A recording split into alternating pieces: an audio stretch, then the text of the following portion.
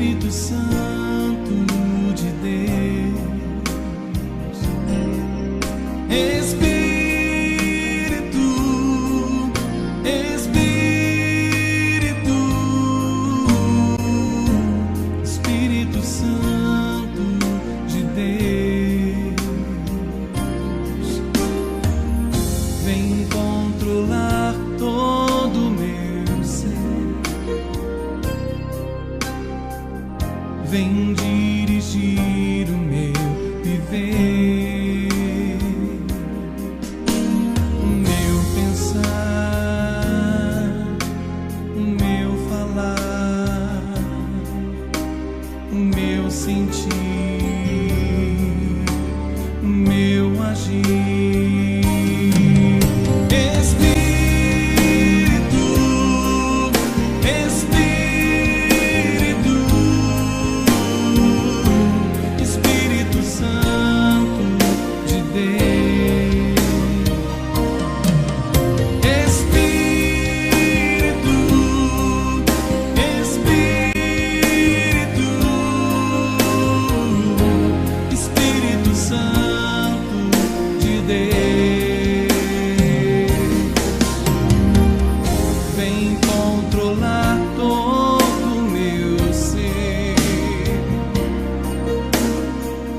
vem dirigir o meu viver, o meu pensar, o meu falar, o meu sentir, o meu agir. Espírito, Espírito, Espírito Santo de Deus, Espírito, Espírito, Espírito Santo de Deus, vem controlar todo o meu ser, vem dirigir o meu viver, o meu pensar, o meu falar, o meu sentir, o meu agir. Espírito, Espírito, Espírito Santo de Deus, Espírito, Espírito, Espírito Santo de Deus, Espírito, Espírito, Espírito Santo de Deus, Espírito, Espírito, Espírito Santo de Deus, Espírito, Espírito, Espírito Santo de Deus, Espírito, Espírito, Espírito Santo de Deus.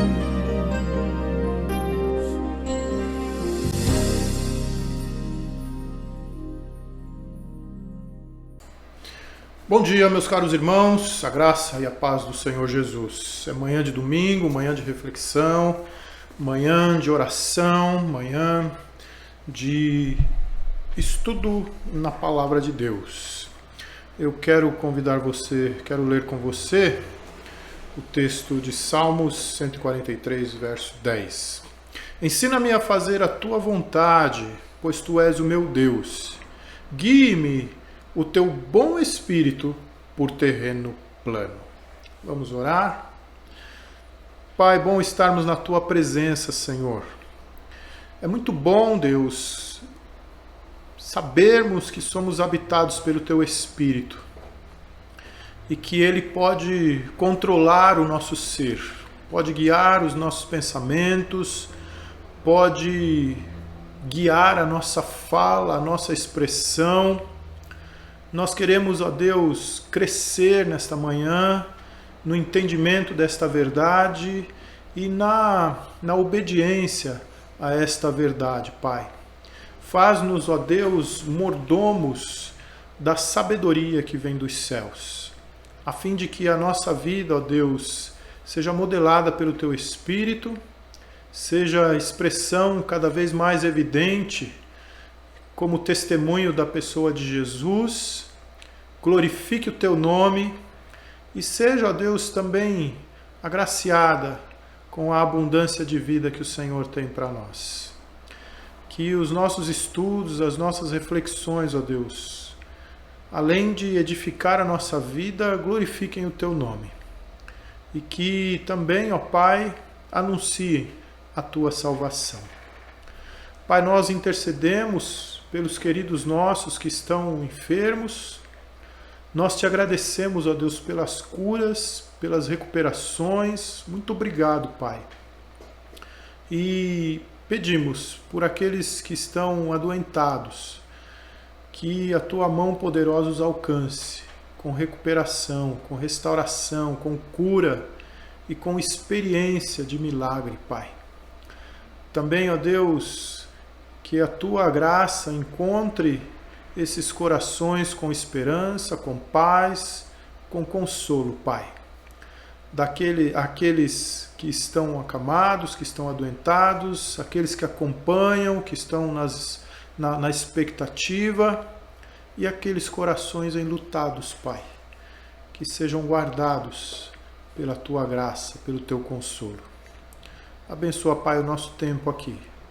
A nossa oração é em nome de Jesus. Amém.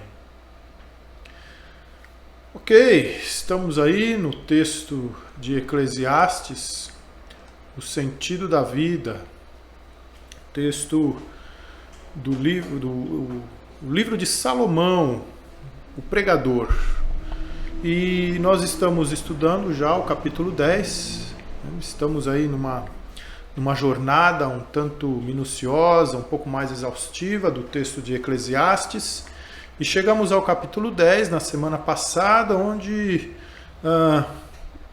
damos esse tema para ele: pequenas tolices, grandes perdas. E hoje nós vamos para a segunda parte do capítulo 10. Ok, nesse capítulo,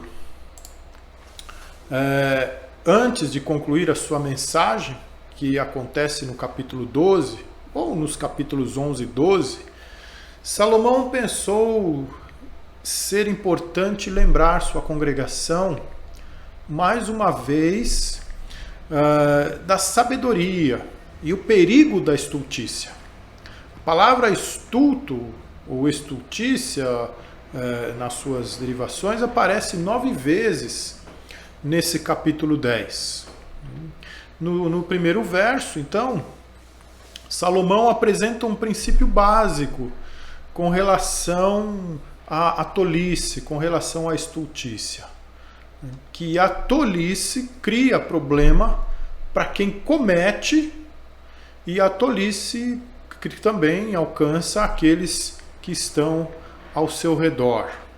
Então, Salomão apresenta esse princípio nos 3 primeiros versículos desse capítulo 10, versos de 1 a 3. Depois que ele expõe esse seu princípio, então ele demonstra esse princípio a partir de 4 tipos de pessoas.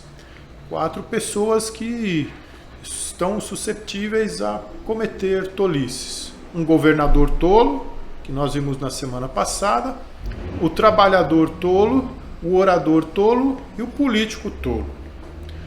Então, nessa manhã, nós vamos pensar aqui no nosso segundo tema, ou subtema, o trabalhador tolo. O Salomão, ele escreve o seu livro fundamentado nas suas experiências, na sua experiência divina, de vida, na sua experiência com Deus, na sua experiência de grande rei, na sua experiência de homem do povo. Parece que Salomão, ele observava, ele saiu para observar a vida, para observar o cotidiano das pessoas e escrever algo que expressasse ou que nos levasse para muito perto do que é o sentido da vida. E através das suas observações e das suas reflexões, ele escreve o livro de Eclesiastes. E nesse texto, falando sobre a estultícia, sobre a tolice, ele pensa numa pessoa que é um legislador, né, embora esteja aí governador, um administrador tolo, que nós vimos na semana passada, e hoje nós vamos pensar no trabalhador tolo. E ele vai pensar na pessoa que fala, na pessoa que lida, que põe as leis para funcionarem, que é o político também, e vai pensar, escrever, refletir nesse tema pequenas tolices, grandes prejuízos ou grandes perdas, a partir dessas quatro figuras: o governador, o trabalhador, o orador e o político. Então, os versos de 8 a 11, eu quero ler com você. Vamos pensar nessa manhã sobre o trabalhador. Salomão diz assim: quem abre uma cova, nela cairá. Quem rompe um muro, mordê-lo-á uma cobra. Quem arranca pedras será maltratado por elas. E o que racha lenha expõe-se ao perigo. Se o ferro está embotado e não se lhe afia o corte, é preciso redobrar a força. Mas a sabedoria resolve com bom êxito. Se a cobra morder antes de estar encantada, não há vantagem no encantador. Então vamos pensar hoje no trabalhador tolo. Muito bem. Embora apareça a palavra trabalhador, Salomão também começa a falar ali sobre o trabalho. E numa primeira leitura a gente pode pensar assim: será que Salomão está falando que todo trabalho tem seu risco? Sendo assim, qual é a lição que ele pode ensinar? E por que ele dispensaria energia para ilustrar o que é óbvio? Todo trabalho tem seu risco, nós sabemos disso. Ou será que ele está ensinando que trabalhar duro, esforçar-se, é uma tolice? Então, para essas perguntas, nós temos a resposta, principalmente para essa segunda pergunta. É certo que não. Salomão não está falando que trabalhar duro, trabalhar de forma esforçadamente é tolice. Ele não está falando isso. Salomão ensina em todo o livro que trabalho honesto e com dedicação, com esforço, é fonte de contentamento, de realização, de alegria, é o que nós temos para fazer aqui. Por que agora ele se contradiria dizendo que trabalhar duro é uma tolice? Não é isso que Salomão está dizendo nesses versículos 8, 9, 10 e 11. Parece que ele não está falando exatamente de trabalho, mas de pessoas que tentaram fazer o seu trabalho e caíram em algum sofrimento e tiveram um resultado distante daquilo que gostariam, por terem cometido uma tolice, por terem sido naquele momento estultos. Então ele começa: um homem abre uma cova. Talvez ele está falando de um poço, ou talvez mesmo de uma cova para enterrar alguém, ou algo para plantar grãos.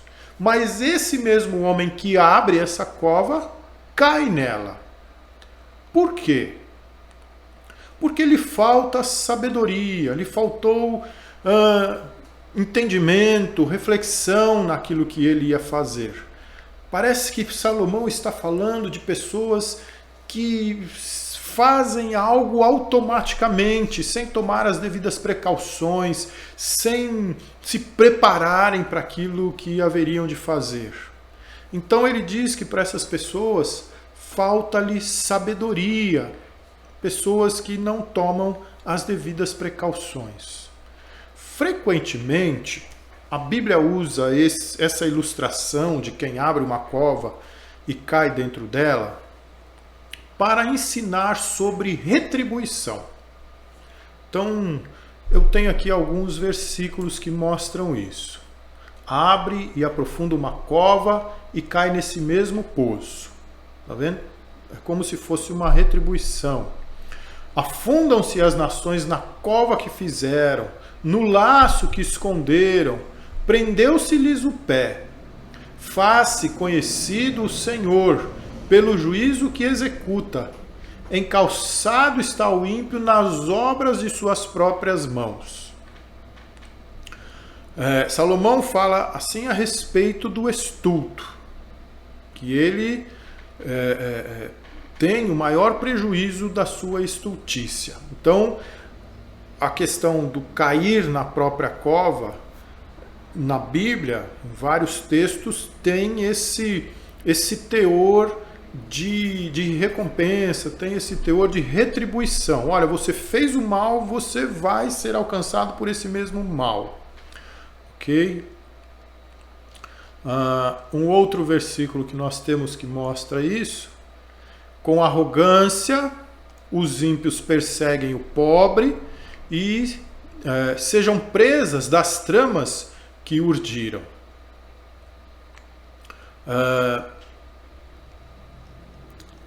Depois, quem abre uma cova, nela cairá, e a pedra rolará sobre quem revolve.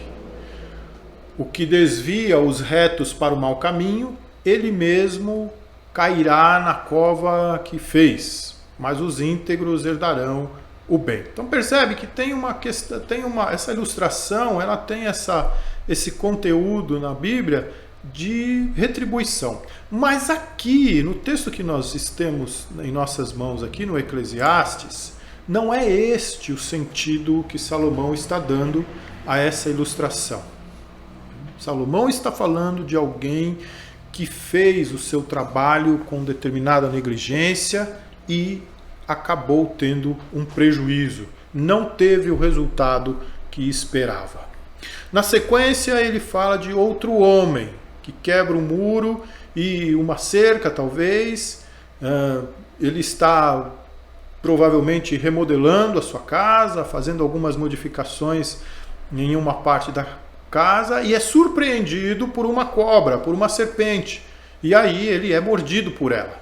Serpentes normalmente entram em fendas, se escondem em cantos de casa, de muros. E esse homem também não foi cuidadoso antes de fazer o seu trabalho, considerar essa possibilidade, se precaver com equipamentos, talvez. Ele foi muito confiante e não prestou a atenção devida. Vamos quebrar o muro, vamos lá e quebra o muro. Mas o que a gente precisa para quebrar esse muro? O que pode acontecer quando nós estivermos quebrando esse muro? Quais são as precauções que nós precisamos ter quando estivermos fazendo o trabalho de demolição desse muro? Parece que ele faltou com essa precaução. No versículo 9, então, Salomão nos leva à pedreira e à floresta. Quem arranca pedras será maltratado por elas, e o que racha lenha expõe-se ao perigo. Onde trabalhadores não cuidadosos se machucam, quebrando pedras e cortando toras. No versículo 10, ele ilustra um trabalhador tolo por não estar atento ao preparo para o seu trabalho. Um homem tenta cortar a madeira, talvez, com um machado cego, ou tenta cortar uma pedra com uma talhadeira cega. e não consegue, aquilo dá o dobro de trabalho para ele, mas ele não atenta, né, para um preparo antes do seu trabalho. Olha lá, se o ferro está embotado, está ruim, não corta, está sem fio, olha, embotar, tirar o fio. Se o ferro está sem o fio, está cego, e se não lhe afia o corte, é preciso redobrar a força, mas a sabedoria resolve o bom êxito. Então, o trabalhador sábio certamente vai dar uma pausa na sua atividade de corte de madeira ou de pedra e vai afiar o seu machado, a sua talhadeira, para ter mais eficiência no seu trabalho, para ter mais produtividade. Como diz um certo slogan, trabalhe duro, mas trabalhe de forma inteligente. Então Salomão usa essas figuras de trabalhadores para ilustrar para nós a questão da precaução, do cuidado, do não ir para uma atividade automaticamente, sem se preparar, sem calcular os riscos. No fim, ele vai, no versículo 11, ele chama a nossa atenção para o encantador de cobras. Encantar cobras era uma atividade comum de entretenimento nos dias de Salomão. Se a cobra morder antes de estar encantada, não há vantagem no encantador. Ele perde o seu trabalho, ele tem prejuízos. Cobras não têm ouvidos externos. Elas primeiramente percebem o som das ondas do ar através de uma estrutura óssea que elas têm na cabeça, assim. Então, mais do que a música tocada é para os espectadores prestarem atenção, acharem que a cobra está sendo hipnotizada pela música, mas o encantador ele está sempre fazendo um movimento, mexendo com o ar, mexendo com a atmosfera, que chama a atenção da cobra, onde ela fica ali meio que perdida, meio que hipnotizada. Então, é a ação disciplinada dele que toma a atenção da cobra e a mantém sob controle. Isso é de fato uma arte. Salomão então descreve um artista que foi mordido antes de encantar a cobra. Além do risco que ele correu, o encantador não conseguiu ganhar o seu dinheiro, ele não entregou o que estava vendendo, e os espectadores, né, não viram vantagem nenhuma nele. Né? Pelo contrário, certamente riram daquele homem. Afinal, o encantador de cobra ser mordido por ela é algo vergonhoso. O encantador, então, ele foi tolo. Ele agiu apressadamente, antes da cobra estar hipnotizada de fato. Ele queria ganhar um dinheiro rápido, né? E já sair para um outro lugar, atrair outras pessoas, mas acabou ganhando nada. Ele não se precaveu, confiou demais em si mesmo, na sua arte, e acabou no prejuízo. Então, o denominador comum que nós temos para esses trabalhadores todos é a presunção. Eles foram muito autoconfiantes em sua experiência, em seu tempo, em sua destreza. Eles foram muito confiantes e deixaram de precaver-se contra aquilo que poderia acontecer. Muito autoconfiantes. E deixaram de se precaver contra algumas coisas até difíceis de acontecer. Uma cobra estar escondida no muro da casa não é algo que acontece todo dia, mas pode acontecer, é possível de acontecer. Tal presunção causou a eles prejuízos sérios. Todos os dias, trabalhadores morrem por não usarem equipamentos de segurança, por negligenciarem a sua própria segurança, por se colocarem em riscos além daquilo que a profissão realmente exige. Simplesmente por não serem cuidadosos. Trabalhadores não são cuidadosos na direção do automóvel, do caminhão, da motocicleta. E quando isso acontece, a tragédia bate a porta. A tragédia bate a porta de quem não é precavido. E quando ela acontece, os prejuízos são grandes. Pensando num exemplo muito cotidiano das grandes cidades, e sem qualquer preconceito aqui, mas uma constatação clara para todos, quantos motoqueiros são acidentados todos os dias nas grandes metrópoles do nosso Brasil, e em boa parte por não serem precavidos, por não darem atenção aos itens de segurança, por se arriscarem além daquilo que a sua profissão exige.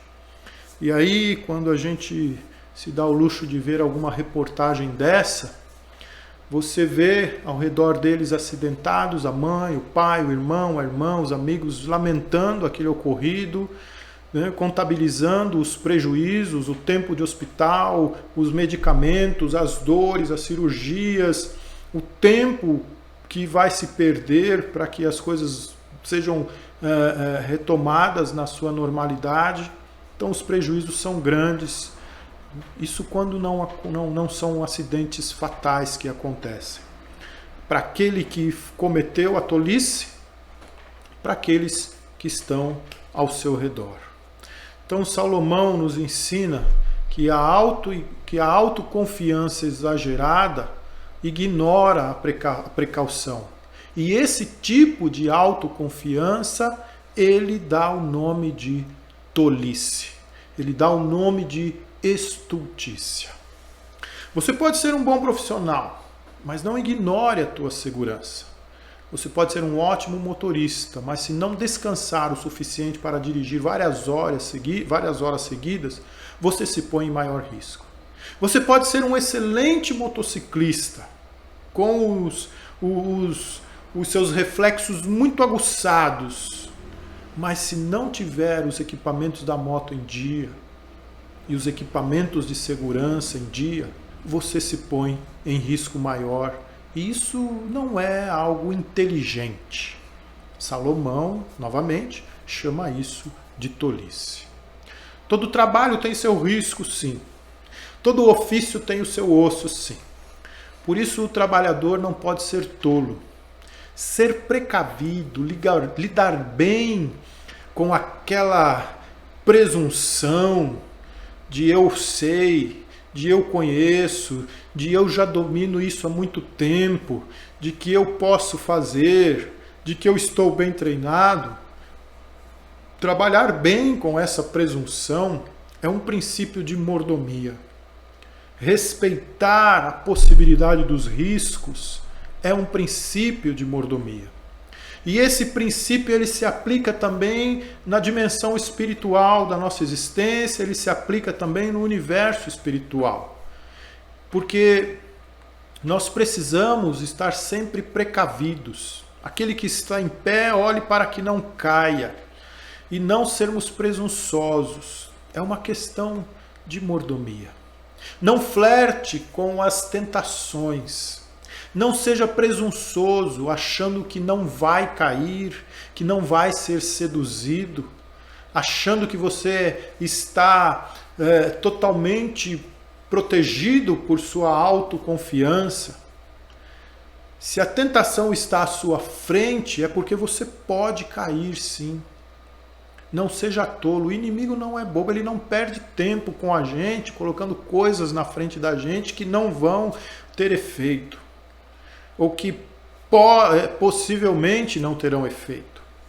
Não seja tolo. Resistir ao diabo e ele fugirá de vós.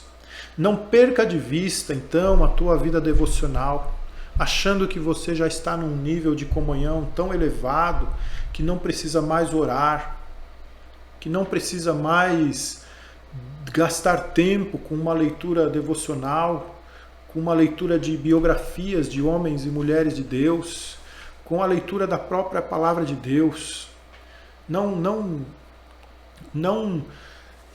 seja inocente, achando que você está crescido, maduro, totalmente ileso às tentações. Não deixe de estar em comunhão com a tua igreja.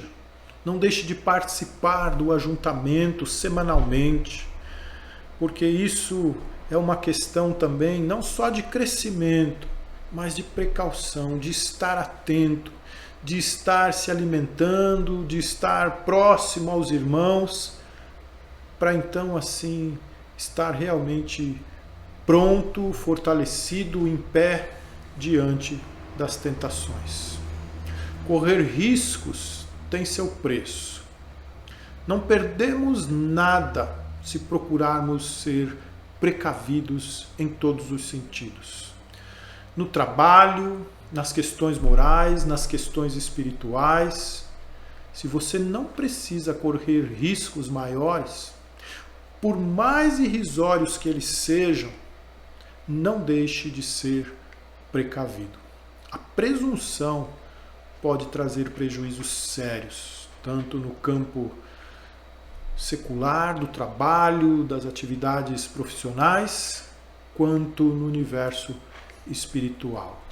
E esses prejuízos sempre são para aqueles que cometem tolices e alcançam aqueles que estão ao seu redor. Muito bem, na semana que vem nós vamos estudar então o outro tema, o orador tolo. Pequenas tolices, grandes prejuízos ou grandes perdas. Que o Senhor te abençoe e que faça, pela ação do Espírito que habita em você, te faça crescer nessa mordomia da precaução, do cuidado com os riscos que se pode correr. Um domingo abençoado a você. Nos vemos logo mais à noite. Fica na paz do Senhor Jesus.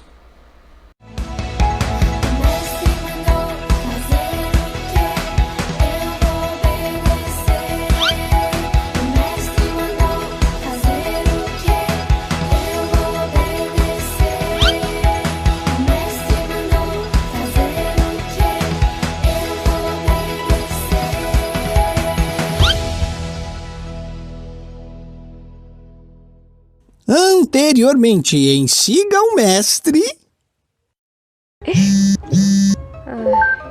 Nina, você está me magoando muito. Eu já falei com o Tibério e você não pode continuar fazendo isso. E daí que tudo que o mestre ensinou só faz sentido se a gente estiver junto. Margarida, como você é insistente! Não adianta falar com você, né? Já era! Acabou tudo! O jeito que você imaginava a vida não existe mais! Já era, Margarida! Não é como antes! Nina, eu só queria a gente de volta. Não vai dar, Margarida. Não vai dar.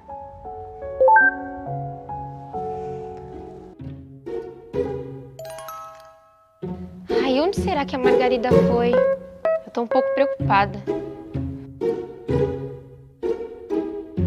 Ai, tô preocupada. Mas não muito. Será que ela falou mesmo com o Quinzinho?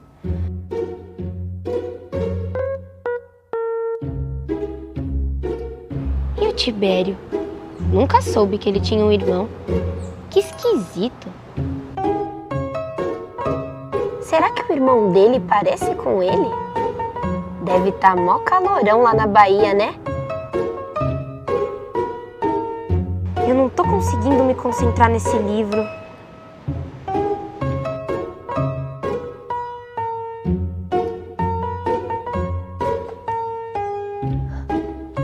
Eu preciso mostrar essa música pra Margarida.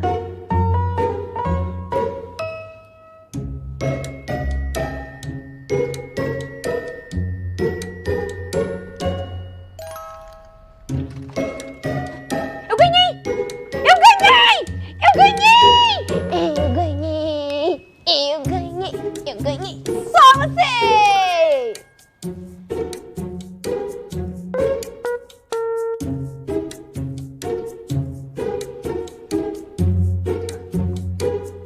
Ai! Ô Margarida, você deixou esse negócio aqui no sofá e eu quase... Ai, meu Deus! A Margarida esqueceu a Bíblia aqui. E eu nem sei onde ela tá pra poder entregar pra ela. Meu coração é duro e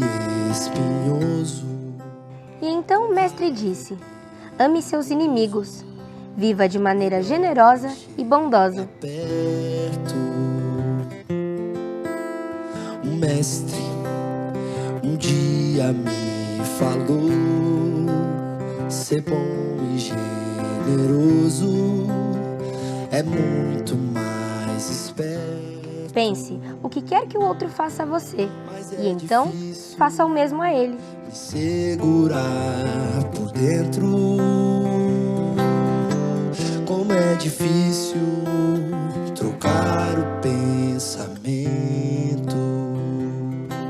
Veja como Deus se relaciona com a gente, como Ele é generoso e bondoso, mesmo quando fazemos o mal.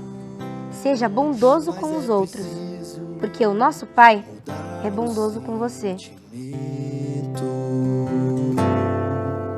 O mestre um dia me falou: ser bom e generoso é muito mais esperto.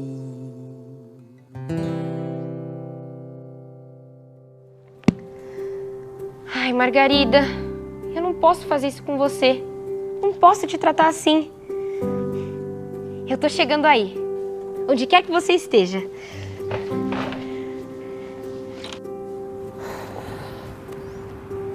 Eu não posso aceitar isso. A Nina é minha amiga. Não se deixa os amigos assim. Eu vou voltar.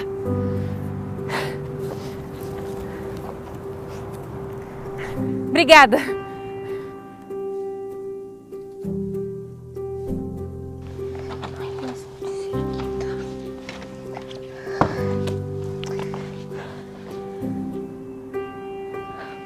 Margarida! Nina! Minha amiga!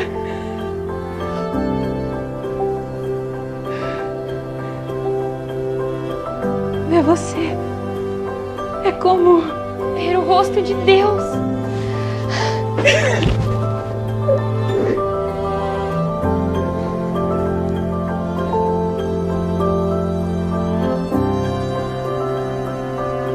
Margarida, você me perdoa por todo o mal que eu te fiz? Claro que sim. E você? Perdoa por não respeitar o seu espaço. Ai, Margarida, não precisa nem pedir desculpa.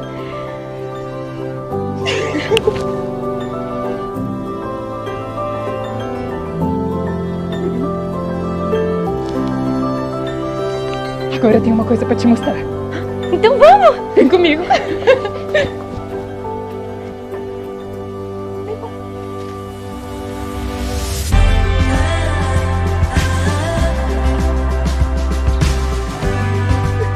Parece que a gente vai ter uma aventura, hein, Margarida?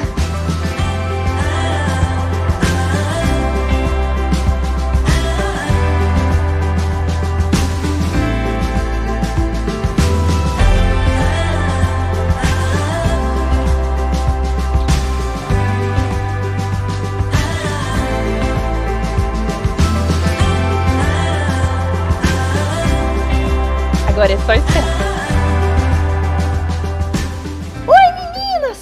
Margarida! Oi, Nina! Oi, Kenzinho! Como estão as coisas por aí? Nossa, tá uma confusão. Eu encontrei umas pessoas que encontraram Jesus, mas parece que elas não gostaram muito disso. Como assim? Pois é, eles estão falando que Jesus deixou eles muito chateados. Mas agora eu preciso ir, meninas. Eu tenho ainda um montão de lei pra conseguir cumprir. Tchau, meninas! Que estranho! Será que aconteceu alguma coisa com o Kenzinho? Mistério!